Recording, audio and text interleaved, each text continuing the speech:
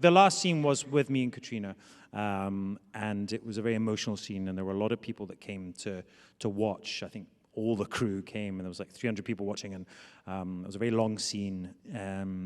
And at the end, I think we both just were kind of messy crying, and Meryl was worse. Prepare your ears, humans. Happy, Sad, Confused begins now. I'm Josh Horowitz, and today on Happy, Sad, Confused, Sam Heughan is back, everybody. Welcome to another edition of the podcast. Usually we launch right into the main event. Before we go to my live conversation taped at the 92nd Street Y with the one and only Sam Heughan, I wanted to remind folks of some cool things that Happy, Sad, Confused offers. I don't mention it enough, and I'm just going to say it. If you're not checking out the Happy, Sad, Confused Patreon, give it a shot. We're doing so much for you over there. Happy, Sad, Confused is Patreon. Rather, it's patreon.com/happy, sad, confused. Over there, you get early access to every single episode, video and audio. You get upcoming guest announcements. You get ticket discounts. You get autographed posters from many of our events. You can ask a question to our guests.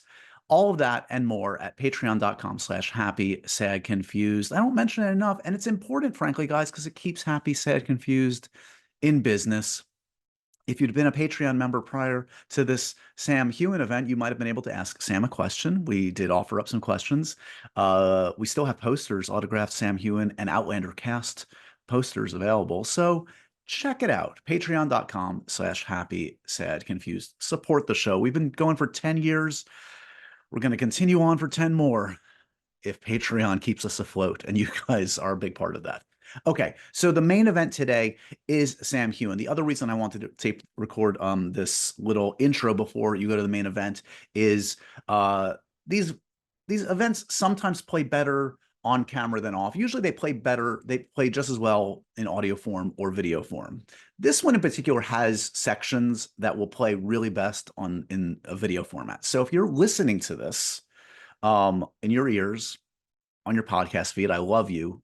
This is how I consume podcasts too. But consider checking out the YouTube channel, the YouTube version of this at youtube.com/Josh Horowitz, because there are sections of this, including Sam showing me how to make a cocktail, that will play better in video form. So that's my preamble. Check it out. Consume it however you want. Audio, video, whatever you like, as long as you're checking out Happy, Sad, Confused. I love you. Stick with us. This was recorded at the 92nd Street Y. This is really probably maybe now our most frequent guest. He is always a delight. The crowd was electric that night. He was talking about The Couple Next Door, about the end of Outlander, about his new cocktail book. We had a blast, a lot of laughs, to say the least. So I hope you enjoy this. And if you want to see us in person, see me in person, we have a lot cooking. We have an event with Michelle Yeoh on January 23rd at the 92nd Street Y. We're going to be screening Star Trek Section 31, the new movie for Paramount Plus, and some more live events coming very, very soon. Again, you're going to get the early info, the dirt on all of that over at the Patreon. All right, enough shilling. I know you want to see Sam Heughan. Please enjoy this amazing chat with the one and only Sam Heughan, recorded at the 92nd Street Y in New York City. I'm Josh Horowitz, and today on Happy, Sad, Confused, we're live at the 92nd Street Y, guys, with Sam Heughan! Here we are! You know Sam Heughan, he's the king of men, he's the king of wet t-shirts, he's practically royalty on this podcast. I can't think of a better person to start off the new year at 92nd Street Y for me than the guy that's going to come on stage in just a second. So thank you guys so much for coming out tonight. I want to just say, since this is my first live event of the new year, I want to send all the love out there to the folks on the West Coast. We're thinking of you, what a horrible time it is, and rooting for, speedy recovery for everybody. But yeah, I just wanted to put that out there. As for tonight, we're going to let loose and have some fun with one of our favorite guests on Happy, Sad, Confused. He's got a lot going on. We are seeing the end of season 7 of Outlander momentarily.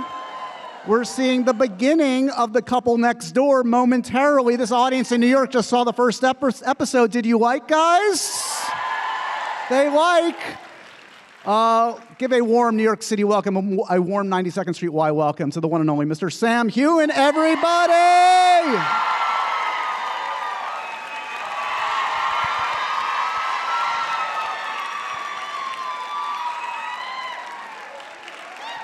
This guy. Hi, New York. How are you? Oh, my God. So nice to be back at 92Y. I mean, you guys, this is like coming home, right? You have been here quite a bit, almost as much as I have. Welcome back, Yeah. Sam. This is, I asked them to get new furniture, but it was a... It's cozy. It's cozy. Here, I just want to say as well, we are sending our love to everyone on the West Coast. It's been kind of crazy, but we hope everyone has a speedy recovery. And Exactly. yeah, thank you for saying that. Welcome back. We were kind of, I know I speak for everybody here, we were kind of hoping the wet t-shirt would continue into the beginning. Listen, whoa, wait a minute. Firstly, he looks good, doesn't he? Oh, stop it. Look, No and one's we looking are at me. kind of dressed the same. Look, Stop it. look at it. Easy for you to say. It's really soft as well. Okay, don't. I think he's been taking tips From the King of Men? from my stylist. Right. Ever since we did that gym sketch years ago, I've had That's it. up my game. Yeah. Yeah, when I saw myself in gym shorts next to you, I was like, changes need to be made immediately. You look great, buddy. Thank you, It's buddy. so good to see you. Congratulations, a lot is going on. I did want to mention, you have been here on 92nd Street Y's on the stage here many times. Yeah. Talk to me about growing up. Did you have a theater that was close to you, like a childhood theater you went to that you recall having really sentimental attachment to? Oh, that's really kind of you to ask, and I have probably told the story a lot, but yes, I lived in rural Scotland and eventually as a teenager moved to the bright lights of Edinburgh, the capital city, which, has anyone been? Man, they've all been, Josh. Why haven't you been? I haven't been. Must be nice, guys. It sounds great. And I was fascinated. I went to the theatre. I went to the Royal Lyceum Theatre. And the first show I saw was a production of Merlin, and it was all about King Arthur, and I've always been kind of obsessed with that. And I thought, I think I want to get involved in this world. So I applied for a job as a stage manager, much like the amazing stage managers we have here. I would have been rubbish if you need anyone. Do not employ me. I firstly went to the Traverse Theatre, which is where I actually made my debut as an actor many years later, but I was so fascinated with watching the other actors on stage, and I was carrying a bit of decking that I dropped it on a stage manager's hand, and he had to go to hospital and get stitches.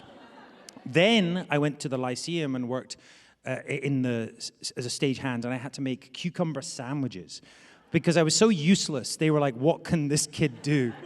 He can cut cucumber." Up, right? Yeah. And then I was told that I was cutting the cucumber too thick.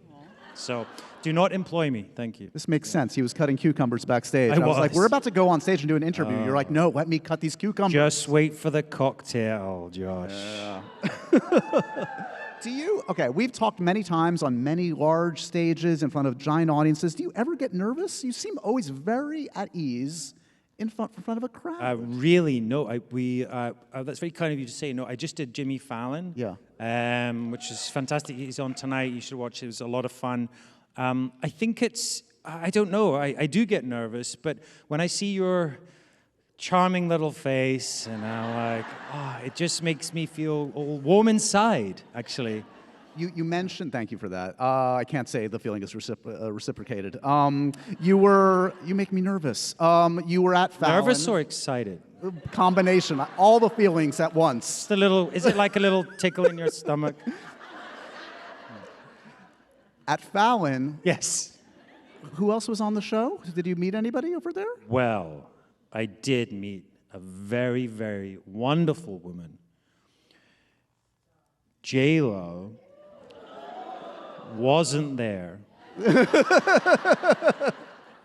Lupe, J-Lo's mom, who is in the audience, I believe. I hope she is. Thank you so much, Lupe, if you're here. If you're not, she lied to me. Thank you. I got this wonderful present. Yes, very, very lucky. So thank you, Lupe. Amazing. Thank you. Have you ever met her daughter? Have you? J-Lo? Yeah. No, not yet. One day. All right. day. So this audience here in New York City has just seen the first episode of your new Yeah. show. How was it? Congratulations, man. You like it? Good, thank you. Yeah. It's going to be on Stars, The Couple Next Door, 6 parts. When this one comes around, give us a sense. How does this one come around? How's it presented to you? What gets you excited about it? Right, yes. So Dries Vos is this genius Belgian director who I worked with on a show called Suspect. I was very lucky to do an episode of that, which is a highly successful show for Channel 4. This show aired, actually, I think last year in the UK, and it was their most streamed show ever, which is pretty cool. Yeah, no, it was awesome. And so then I got sent this, and it was very lucky because the show fitted into between seasons of Outlander. I think it was 6 and 7, or maybe something like that. And yeah, we're shooting in the Netherlands, in Belgium, and honestly, just the character is so interesting. I think you think he's one thing, he's sort of a bit toxic, alpha male. You make assumptions about all these characters, and I think every episode, your preconceptions are going to be slightly changed, and your allegiance to each character is going to be changed, and it gets quite dark. A lot of them have got a lot of secrets. And I just loved it. It was so fun. And this cast is so talented. I mean, Eleanor Tomlinson is she's brilliant. Any Poldark fans out there? Jess de Gauw is just gorgeously brilliant. Alfred Enoch, of course, is amazing. We got on so well, and we had so much fun with the crew as well. Had you worked with any of them before? Were these all newbies for you? No, all newbies. So what do you vet folks? Do they vet you? Like, what happens when because this is kind of a four-hander. I mean, it's an ensemble, but these 4 characters, they need to work. You guys need to kind of gel. They do. So do you ask friends of friends, like, hey, have you worked with this person? Eleanor's ginger, so I liked her. Right. Okay. That's your only criteria. Yeah. It's funny, actually. So firstly, I did a sort of chemistry test, one of those awful things they make you do on Zoom these days, which is just like the worst way to see if anyone has chemistry, because you're going, what? And you're speaking over each other. Jess was just brilliant. She played the character in 3 different accents. She just did all the direction. She kept changing it up, and I was like, she's amazing. She's such a talent. Eleanor, I knew of friends, and we realized we are the same person, only a different sex. And we got on so well, and Alfred is just such a gentleman, highly intelligent, brilliant fun, really relaxed, and instantly we knew, especially with Dries, this crazy genius, that it was going to be a lot of fun to make.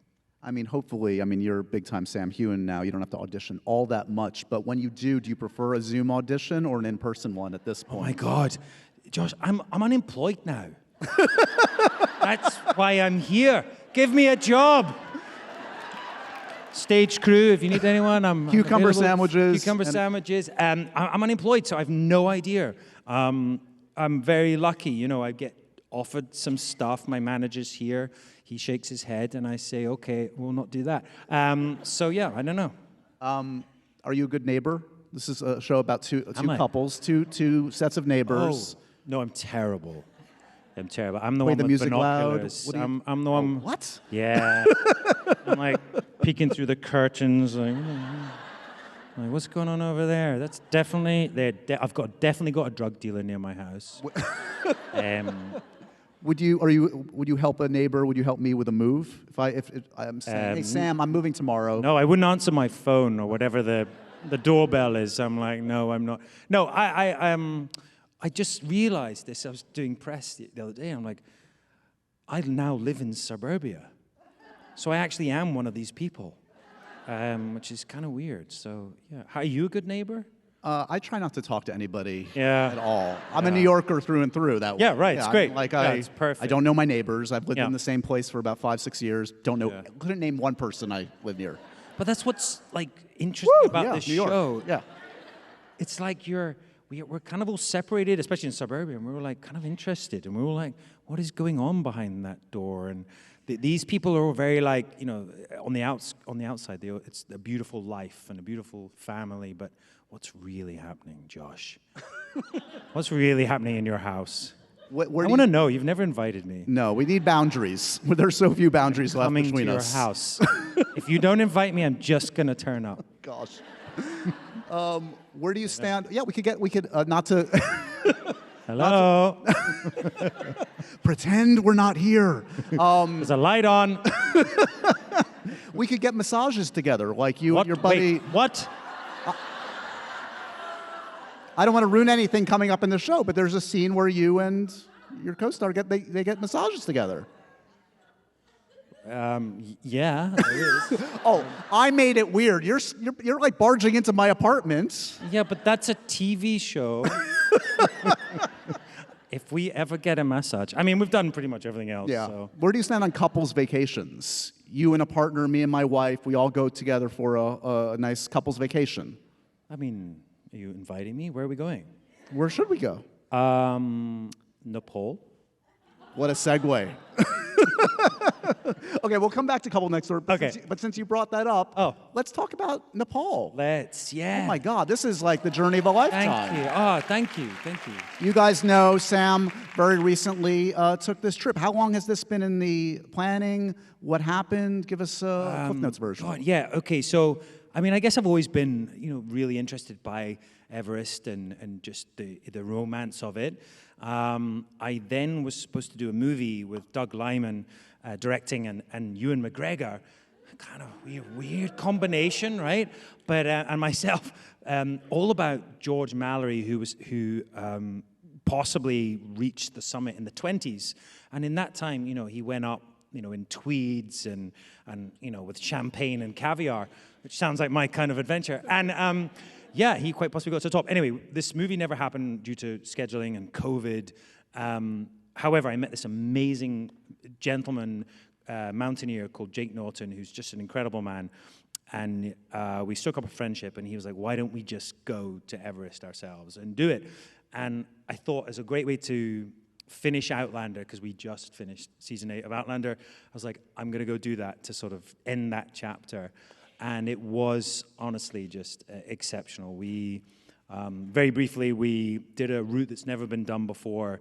We flew to a small village called Cheskam, and we went through the Hunkakola Valley for 2 weeks, camping and getting higher and higher until we got up to very high altitude, where we got up to about 20,000 feet and then had to rappel into the Khumbu Valley. It was several thousand feet of rappelling down like rock and ice, and then another 4 days to get to Everest Base Camp. So it was a real adventure, for sure. Leads to a question I was going to ask. I asked for some questions from our Happy Sad Confused listeners. Sabrina wanted to know, were you scared at any point during this latest adventure? It's honestly, I like an adventure, and I like hanging out with you, Josh. But sometimes, I take off too much, and I have to admit, 2 weeks of hiking and sleeping in a tent, and there's no bathrooms, there's no showers.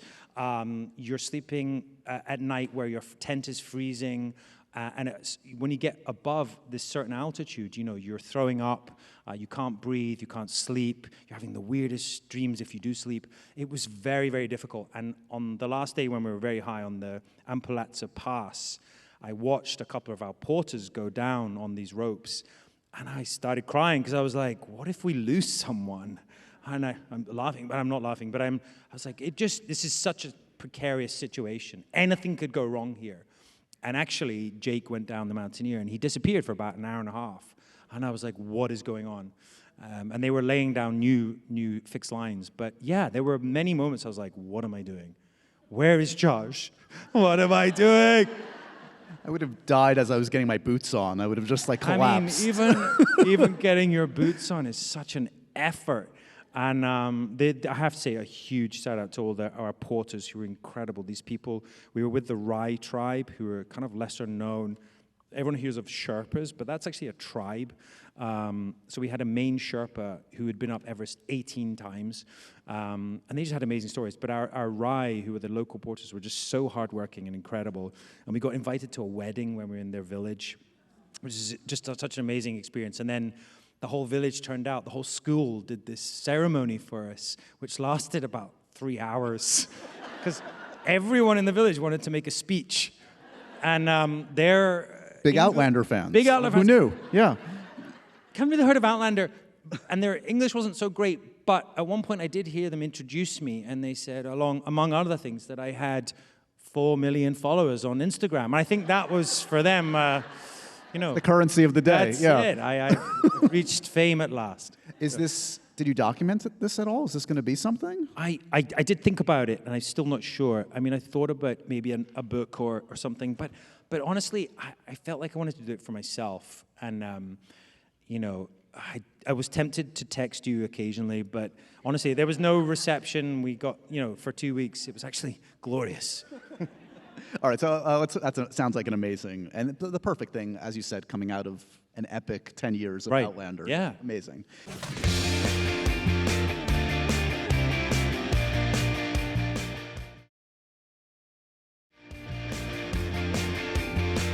All right, so just circling back to this new endeavor, Couple Next Door.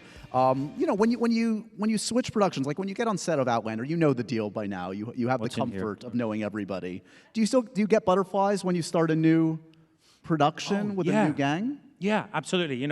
I think it was such a short period of time for us to prep. I literally think we had 4 days rehearsals. We got to Belgium, and meeting these new actors, and I knew of the work they'd done. So of course you're like, God, can I do this? Can I act outside of Outlander, because I've been doing it for so long? And then we were just welcomed by the crew there, and things operate very differently out there. There were this tiny crew. I've come from Outlander where we have hundreds of crew and it's vast workshops and dresses, to maybe 20, 30 people max. And they operate very differently. We didn't have trailers there. At lunchtime and breakfast, you go get your own breakfast and lunch, and you sit with the crew. And pretty much every week we had a party. They were just so welcoming, and we just kind of all mucked in, and it was just such an amazing experience. And also, the way that Dries works is that he takes like one take sometimes, and maybe he puts the camera behind your head, and that's it. So it's the back of your head, like, wait, are you not getting any coverage of this? Whereas on Outlander, it's such a big production, they'll shoot 30 takes of everyone's reaction. Playing a dad.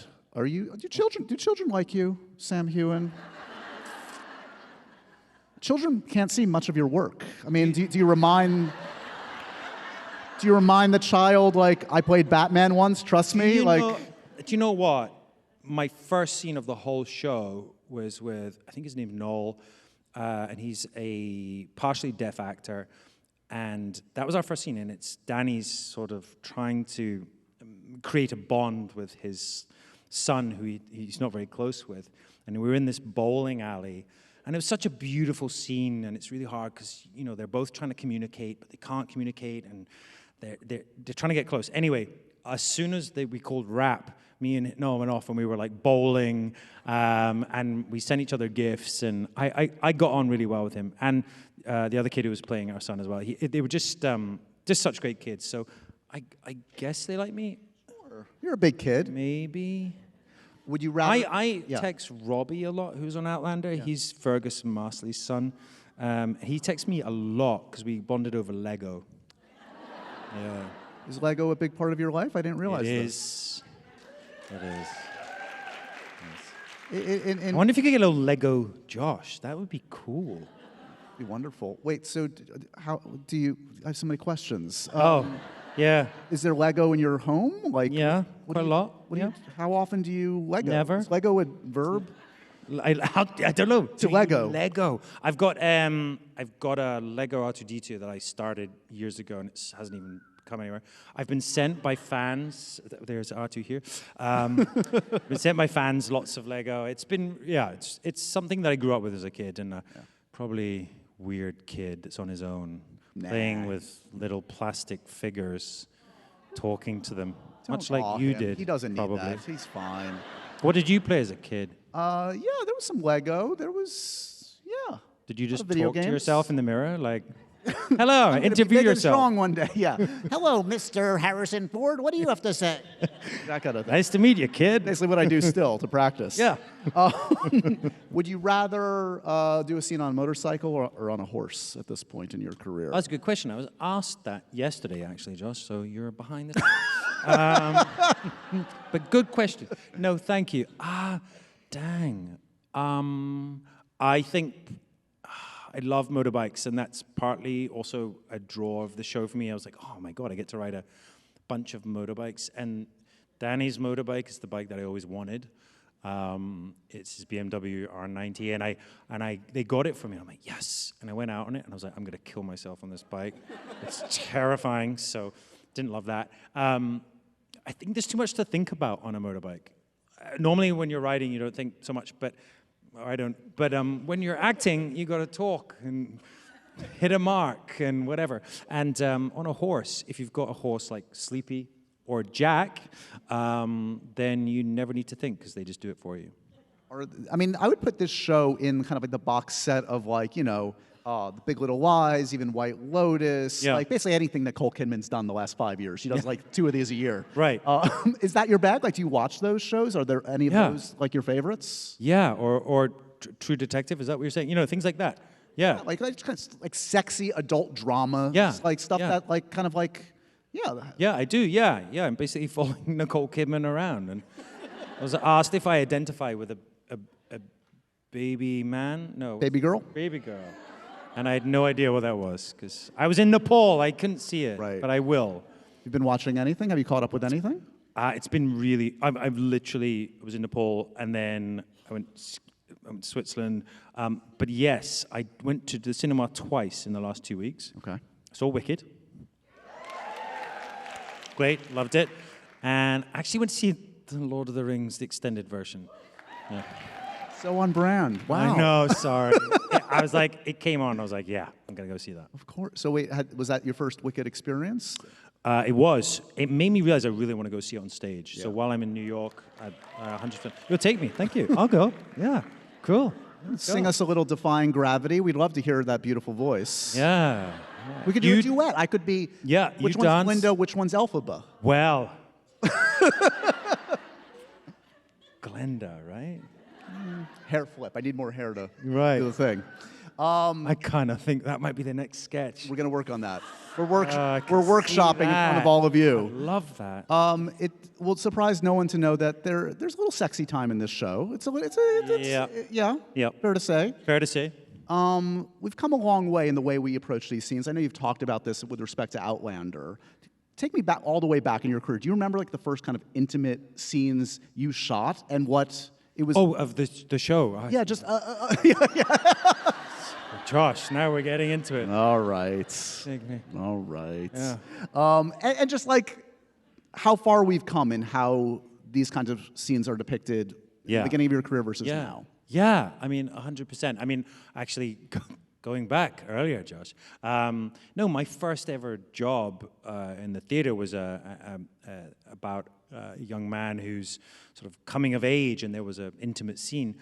And we were, really well looked after, and it was, obviously terrifying to do, especially when your mum is sitting in the front row as close as these young ladies are. But yes, it was jumping to Outlander.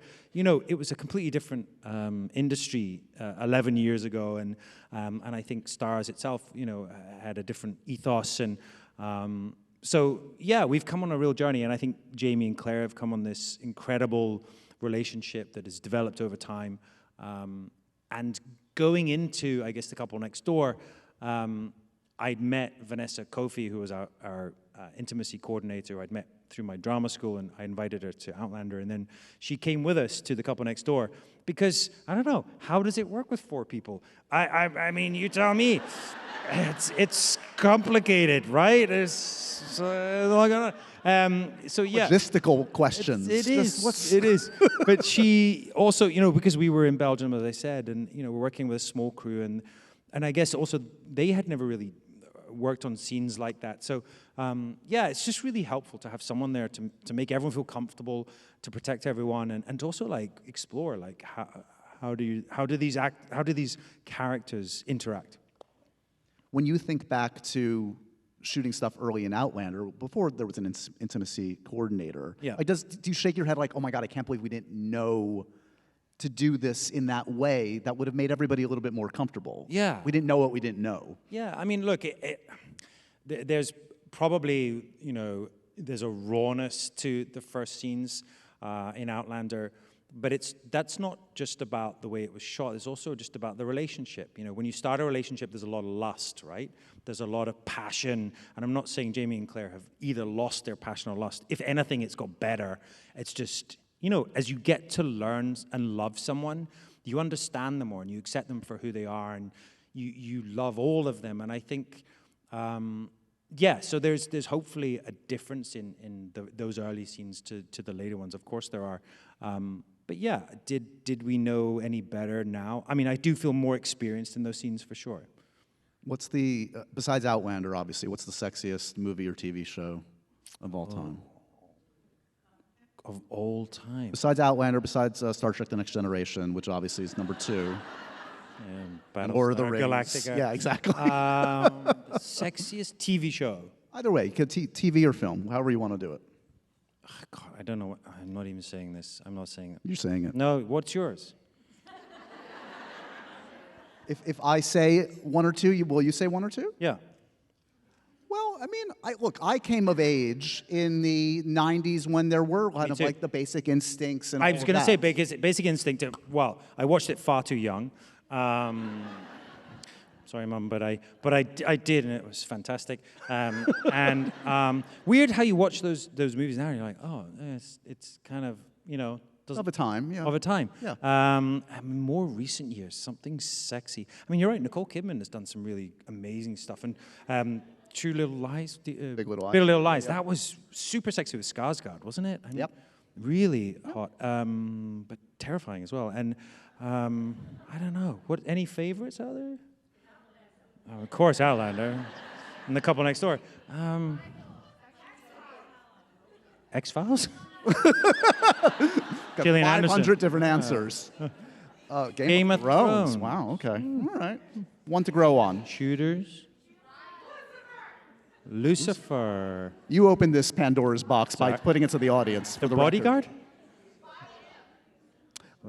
I didn't hear, but maybe you haven't seen Baby Girl yet. I haven't Nicole, seen it, You should no. check that one out. Yeah, I will. That's one to talk about. Yeah. Besides feeling exposed in intimate scenes, I would imagine you probably feel pretty exposed dancing. In this series, you do dance. Oh, yeah. On a beach, no less. Yeah. Is that a mortifying day on set? Can you let loose with, you're an actor, this is part of the gig. So the scene is the two couples are, they're really bonding and they decide to go to the beach. And I'm like, where's the beach in Yorkshire? And is it that warm? Well, apparently the beach in Belgium really isn't that warm. It was freezing. So it was this freezing cold day and so windy that we had to move the whole scene from where we were going to film it on the beach with the sea behind us because the wind was blowing so hard. So we had to shoot it in this small area. And literally between takes, the girls and myself, we were literally shaking with cold. And of course, the characters are supposed to be like, drinking tequila and having a good time. And then they start playing sexy music. And you're going, I'm so cold right now. So self-aware. But I think it's a really amazing scene because ultimately, I don't know, Danny's like, he's a bit free and he loves a good time and he's probably high and Yeah, you sold it. And he loses himself Yeah. a bit. Yeah, he loses himself in the moment, and I think that's really cool. But oh my God, yeah, not my proudest moment. Well, it's second probably to another dance scene in your career that I happen to find. Do you remember a scene in A Princess for Christmas where you danced? Shut all the exit doors. Do not leave, Sam. We're about to show a clip from A Princess for Christmas of you dancing. And when I found this on the interweb, it was a special moment in my life. Josh, before you play this, just know what you are beginning here. Just realize that you have just crossed the boundary. And there will be revenge, but it will be served cold. Roll the clip. Here we go. Come on, loosen up. Yeah. I'm not really the funky type. Well, don't worry, because I am. Yeah, come on, baby, just give us some up. Just jiggle some out. Like that, baby. I know you're a prince, but I think you've got some gangster in there somewhere. Yeah? With a real women, then drop it to the floor, then touch your toe. Bring it back, can't jiggle some more. Just jiggle some more. Alright, but you got me wrong, now come on, dance with me. Come on and dance. Hey, dance, dance, dance. We can freeze you dance, what you move your with the nigga.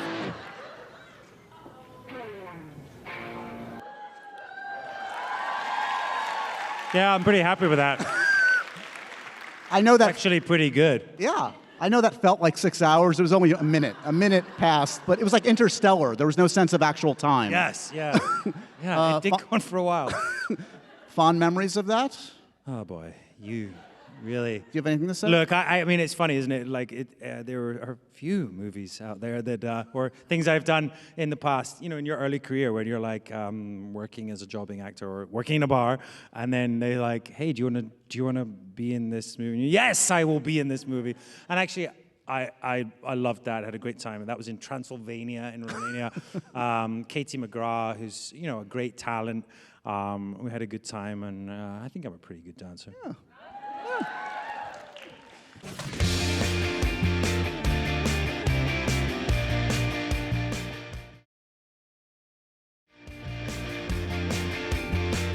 Shall we talk a little Outlander?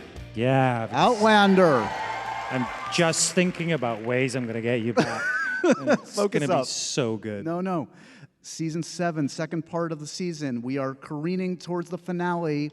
A lot happened in this last episode. Yeah. Resignation. Claire's not doing so great. Yeah. Reflect on this past episode as we go into the finale. Oh, yeah. I mean, I said these are this might be my favorite 2 episodes of a finale. I think they're really beautifully shot and so many amazing Outlander moments in them. From, I'm giving away too much, but I mean, Jamie essentially gonna lose Claire, right? And for me as an actor, it was just so much to play, so much emotion, and Jamie's always so in control and knows what to do, and he just like begs everyone. He begs the people around him. He begs God. He's just distraught and does some weird shit. Writing in blood and Claire's blood. It's just like, what, Diana? But actually, like, it's so powerful. These are huge Outlander moments, and I think that's what makes the show so surprising and still so engaging, because you just don't expect it. So, as everybody here knows, you have shot also the final mega season. We have a lot more to come, thankfully. Yeah. The last time I saw you, you'd shot the bulk of it, but I think you were going back for just like some pickups. Yeah, that's right. Yeah, we'd finished, but we were going back for like, I think 2 weeks. So was it a bit anticlimactic? Like, was like your final shot like an insert shot of your hand? Like, or was it like an emotional moment without revealing anything? Yeah. What can you say about the last moments of shooting out? I mean, look, we're not gone yet, and we'll be back a lot, I'm sure, talking about it. So, but I mean, in some ways, it was kind of weird because, I mean, I think Richard and Sophie were wrapped out like 3 times. They were like, "It's your final day on set, yeah!" And everyone gives a round of applause, and then they were back the next day, and we kind of were. We had like, this is the final day, and everyone felt very emotional. And then we came here. We were doing press with you, and then we did go back and do another bunch. But yes, the final. I mean, look, the whole last year actually was very emotional. It was a very difficult one. I don't know. Well, I know why, because we knew it was coming, and some days it just felt like another day on set. It was like, oh, this is what we do. It's done for the last 11 years. And then other days you're like, oh my God, this is the last time I will ever put on this garter or boot or whatever it is, So it was like, oh, this is the last time I'll be with this person. And there were a lot of goodbyes, and the last day was, very emotional. Did you make a speech? No, some people did. I mean, it was. I'm not sure if can I talk about the last scene? I know I can't talk about it. It's okay. But anyway, there was just a moment with the last scene was with me and Katrina, and it was a very emotional scene, and there were a lot of people that came to watch. I think all the crew came, and there was like 300 people watching, and it was a very long scene. And at the end, I think we both just were kind of messy crying. And Meryl was worse. And yeah, it was, I don't know, it's such a hard thing to kind of put into words. But yeah, the moment I have to say taking off Jamie's wig for the last time, that was kind of weird, yeah. I know you've talked about this a little bit, but Katrina did direct. We can say that, and that's exciting for her and exciting for everybody. I mean, that must have been a wonderful thing to see your friend and co-star just show off this new set of skills and something she's probably wanted to do for a while. Yeah. What was it like to see her kind of, I don't know, own the set in that way, in a different way? Yeah, I think those are the right words. She owned the set, and she really did. And she's been talking about it for a long time. I think she's very much wanted to be part of that and in that role. And I think that's Katrina now telling you to hurry up. She's like, talk about me more, Josh. Yeah, no, and honestly, she worked so hard at it, and she ruled the set. It was so lovely because she's obviously a great actress and she knows the show inside out. So she just knew where to go, what to say, and where to point the cameras, to be basic about it. But she did. She gave great notes, and she made it feel very comfortable, very safe environment. And yeah, she's such a beautiful human being. So it was easy to perform for her. And I hope she's happy with those abs. Is there as you look back at the 10 years, is there a scene, an episode, if you could just relive, like do it again, whether you want to do it better in your head or just experience it again? Oh, wow. Is there one that jumps out? A day on set, a moment, there are so many like big moments that sort of stand out, and it's really hard to pick one. I mean, going back to, for some reason, season 1 and by the river and you're tearing my guts out, Claire. That was a big scene for us because we knew it so well because we both auditioned with it. I mean, even recently being on the mountain with actually Stephen Cree saying goodbye to him, there's all these moments that kind of will stand out, I think, through a test of time. So I don't think I would like to redo them. But certainly there are just so many iconic moments for us as actors, and I wonder if they're the same for the audience. But yeah, there's so many great moments. Have you shared much time with this new cast of this new spin-off show? That's gonna be surreal to see this new carry on the legacy? Oh my God, they're like everywhere. They've taken over. I mean, oh Jesus! No, they're such a nice bunch, and I know there's some special things coming out for you guys to see. Cool stuff where we get to speak with them and they get to speak with us. And they honestly are the nicest people. Myself and Jamie Roy have met up a few times. We've hung out. They're all just such nice people. I mean, they're literally hanging out with our reps from Cessna Spirits and going out to the pubs, and they're in all the cafes in Glasgow. And yeah, like they're such a great bunch. And honestly, it's really cool. I'm really excited because it's so cool to see younger versions of people. You're like, oh my God, that's Dougal. He's got hair. What the hell? Gail would like to know, after spending all these years working on Outlander, would you commit to another series that could possibly run multiple years? Like, where's your head at? That's a commitment. You've just been through a giant commitment over the last decade. Give me a job. No, honestly, yeah, I'm waiting to see something that really captures me, and I'm feeling ready for it. I have some cool plans for things ahead, and there's some fun stuff coming. But yeah, I'm also open. Anyone here? I'm open for work. But yeah, no, I'm waiting for the right thing to come along. You must have had to turn things down just from the time commitment to Outlander over the years. Has that been, again, I wouldn't say a double-edged sword. It's been such a gift, obviously, but it's no joke, the time commitment that Outlander has been in your life. Yeah, no, it's amazing how myself and my co-stars, have managed to do other stuff, because honestly, Outlander, it was all consuming, because not only, you're working 6 months or even a year on some seasons, and then you would have maybe 6 months off, but we have press, we have to deal with 60 more Josh interviews this year. Which honestly I would do every day. But yeah, so, and then you're like, actually I also need to take time off, or I need to refresh, because it is quite grueling. So yeah, it was kind of amazing that we have been able to fit things in. But now we're in a position where, hey, we could do anything. Some future Breaks into song. We could be here. future jobs, this or that. Would you rather a Jurassic Park movie or a Mission Impossible movie? Jurassic Park. Yeah. You want to run away from a dinosaur? You can do that. Love it. Yeah.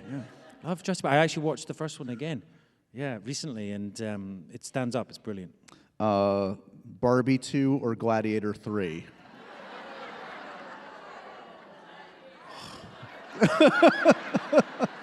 Is there a world where they're both together? I could see you in both. Barbie Gladiator? This is a credit to your ability. I could see you as a Ken. A Ken in the arena. I know you're a Ridley Scott fan. So. I'm a huge Ridley Scott fan. Did anyone see the Gladiator 2? Yeah, I love that world, and I guess I grew up with the first one, right? So, so cool. But yeah, God, Barbie was so great. Yeah, what kind of Ken would you be? You'd be whiskey drinking Ken. You'd be probably, yeah. I don't know, resting Ken at the moment. Napping Ken? Yeah. Wicked 2 or Moana 3? Or do you, Ken? Sorry, anyway, that was a bit late. Sorry, I think I just took that from the audience, yeah. Sorry, what was the question? Wicked 2 or Moana 3? Now, Wicked 2, it's live action. Moana, you can just be in a booth. Oh, God, I'd love to do animated. Yeah. Would love to. I've auditioned over the years, and I thought I was really good. Never heard anything. Do you say that at the end of the audition? By the way, guys, I think I nailed that, just so you know. I did a Lego game. Right. And the only thing I remember is how to be electrocuted. Right. Don't show us. You want to hear it? Yeah, please. I know how to do this with my mic.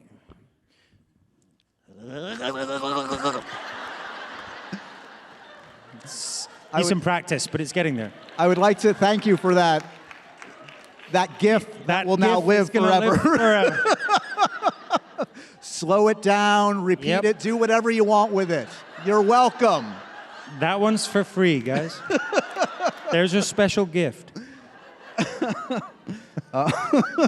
Did you know while you were doing that what a bad idea it was, or just now? No, it was just as I put the mic between my legs. Clenched, but...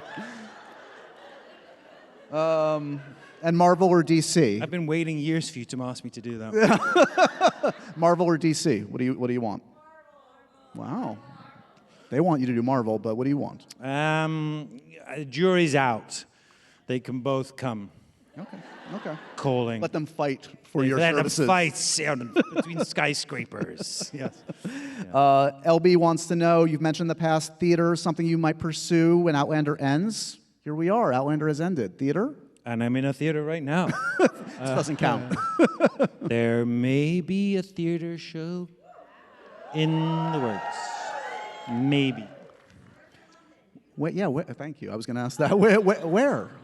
Here? At the London? 92. No. No, I can't say. But there may be. Okay. Or may not to be. We're going to get to some questions from the audience that they've sent in, but I think, look, the booze empire continues. You got a book coming. Yes. Can we bring out some alcohol courtesy of Sassenach Spirits? Oh, yeah. Sam. Oh, look at this. Lovely. Yay. Look at that gorgeous bottle. Thank you. Oh, here we go. Okay, so for context, you have a book coming out later this year. So the book is coming out, Sam, called My Cocktail Diaries, and it's recounting all of the amazing travels I've had and the amazing producers I've met, the great bartenders from around the world. We've got bartenders from the top 50 bars in the world in New York and London. So they've supplied cocktails, and the book is out for pre-order. So if you know cocktails, you don't, and you want to, there's simple cocktails for people like you, Josh. There's more elaborate ones. So we're going to make a cocktail, Josh! No! I love a good cocktail. Okay, what are our ingredients? We were going to make one each. Okay. Shall we make one each, or should we just get Josh to make one? What do you think? Well, let's just make Josh make one. Why? I have got faith in you. Well, if you give me the proper instruction, I'm only as good as my instructor. Josh, this is called... We have not practiced this. The Morning Glory Fizz. Okay, every good cocktail needs a good name. That's a good name. It does, because it's actually from the 1800s, and it's a drink that you're supposed to drink in the morning. And it needs a good head. No, that's the truth. The mics aren't working. I didn't. It's true. You'll find out what I mean in a minute. So, Josh, I want you to pick up the cocktail shaker here. Yes, this one. You can separate it. Yeah, you can separate it because it's in two parts here. Now, first of all, you can make this at home. Obviously, it's in the cocktail, the diaries book. You need 2 ounces of your finest Sassenach Scottish whiskey. So, this little one here, it's 2 ounces. What's that called again? This is called a tumbler. No, it's not. Jagger, sorry. This is a tumbler. Which one does it go in? You can put it in the small one. Yeah, go and put in the small one, yeah. Or should I make one as well? I don't know. No, you can make it, okay. So 2 ounces of that. 2 ounces, Josh. Come on, don't be shy. That's not 2. Oh. Okay, that's 4. But you can put that one in there. We'll both make one. This is for 2 people. For 2 people. Oh, yeah, okay, we're making 2. Oh, I see. Okay, that's fine. Yep, right, fine. Yes, so we're going to double everything. Yeah. So I need a whole ounce of lime juice. So that's like the little one. The little one. The little one, yep, there you go. Talk amongst yourselves. Talk amongst yourselves. Very simple. It's all in the cocktail book. So, an ounce of that, Josh. People are waiting in the bar. These are short pours, but never mind. An ounce of lemon juice. Yes, they're doing very good. Freshly squeezed, your mother's lemons. If she has lemons, I don't know. We're going to do this is very simple, an ounce of simple syrup. Simple because it's easy to make. Basically, sugar and water, equal parts. Put it in the microwave, blast it. It's fine here. Becomes, there you go, right? This is absinthe. Oh, yeah. Called the Green Fairy. It was actually a Swiss drink. Oh, it's a dropper. So you got to untwist it. Twist it. Yeah, that's it. And give us, just be generous. Give us six of those. Go on. 1, 2, 3, 4, blah, blah, blah, blah, blah. And there you have it, my friend. Now, you're going to, thank you. We're going to put some egg white in here. I can't do that. Yes, you can. So we're going to have to put 2 in there, Josh. How do I separate? So I'll let you put it in here. Here, you can do this. Do you want me to hold it? There we go. Okay, you're going to crack it and then crack it in there. No, in there, in that one. But then but not the egg, not the yolk, just the egg white. So you've done this before. You can do it. Yep, that's it. Yes, and pour it in between the 2. Yes, yes. Round of applause, everybody. There you go. Yeah, and put that in there. There you go. I need another one. So, okay. What are the odds that he gets some... Oh, God. Oh, God. Oh, God, it's gone in there. Oh, God.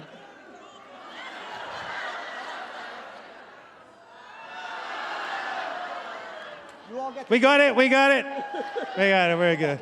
No, we're good. We got this. That's fine. There we go. Now, we're going to put 4 ice cubes in here, maybe 3. All right, there you go. You have nowhere to be, right? You're good? Okay, good. I want you to put that on top, give it a little slam, but be careful because it's very full. Now, just shake that, Josh. Now, hold both ends. You don't want it to... Shake it, Josh. Shake it. Like in the film we saw. So I want you to, it's normally about 20 seconds, so maybe you could count him down. 20, 19, 18, 17. Come on, Josh, shake it like you mean it. It's totally shaking.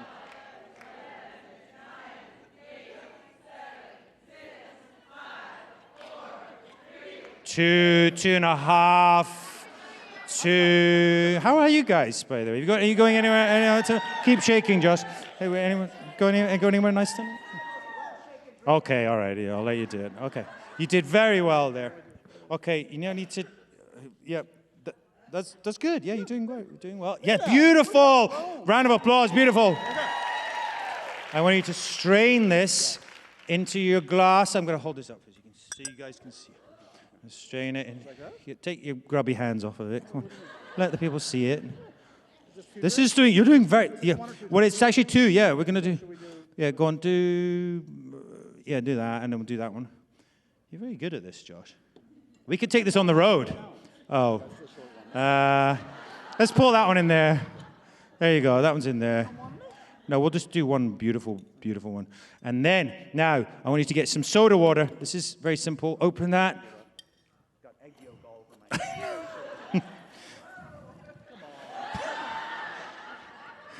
And then we're going to pour this down. Oh, no, we're going to pour that in there. I'm pouring the soda water. Into the used. As much as you like. Yeah, go on. Keep going. I'll do. I'll give it a little stir. This is delicious, I promise. Have you ever made this before? I have. Just not with an imbecile. Okay. Now, you can pour that into here and watch him get the Morning Glory head. Come on, Josh, pour it in there. Look at it. Look at that. I don't know if you can see this.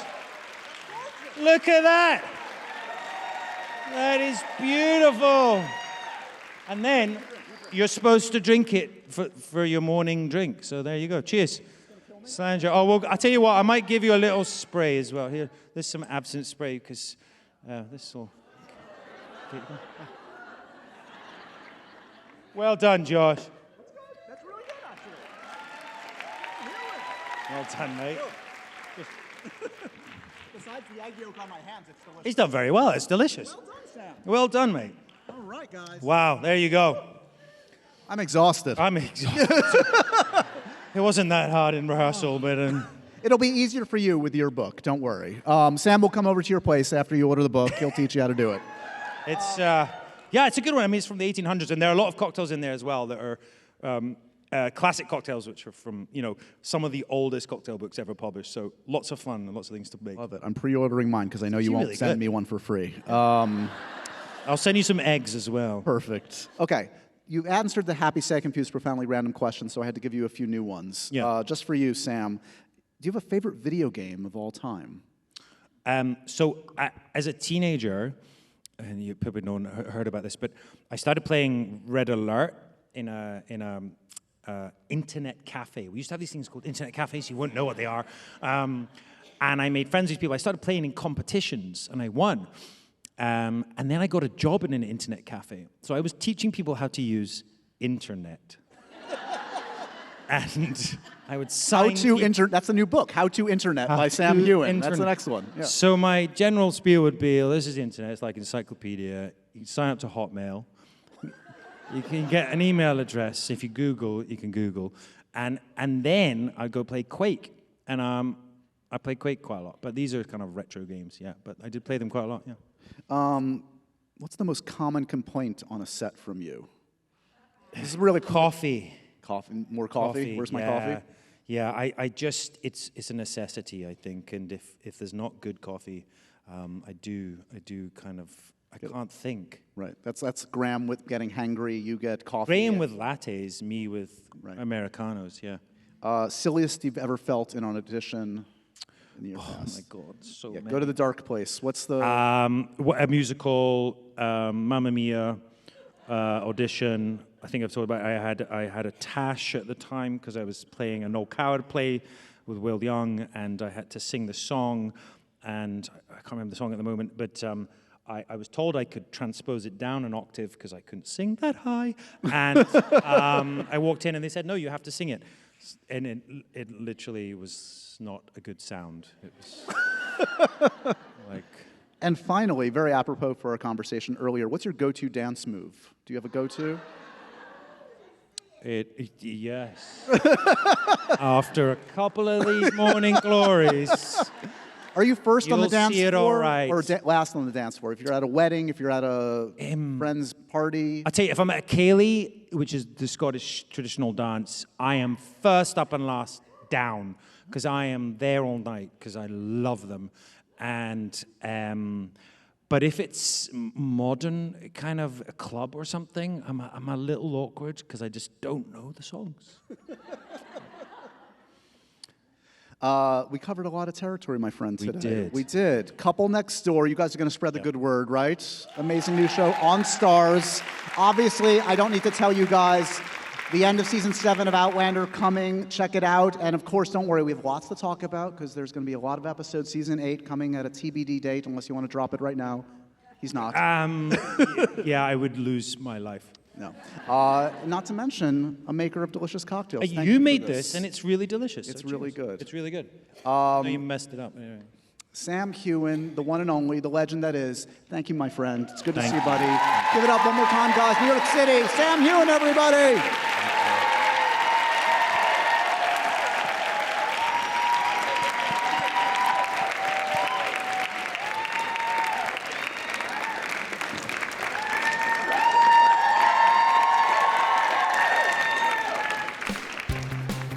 And so ends another edition of Happy, Sad, Confused. Remember to review, rate, and subscribe to this show on iTunes or wherever you get your podcasts. I'm a big podcast person. I'm Daisy Ridley, and I definitely wasn't pressured to do this by Josh.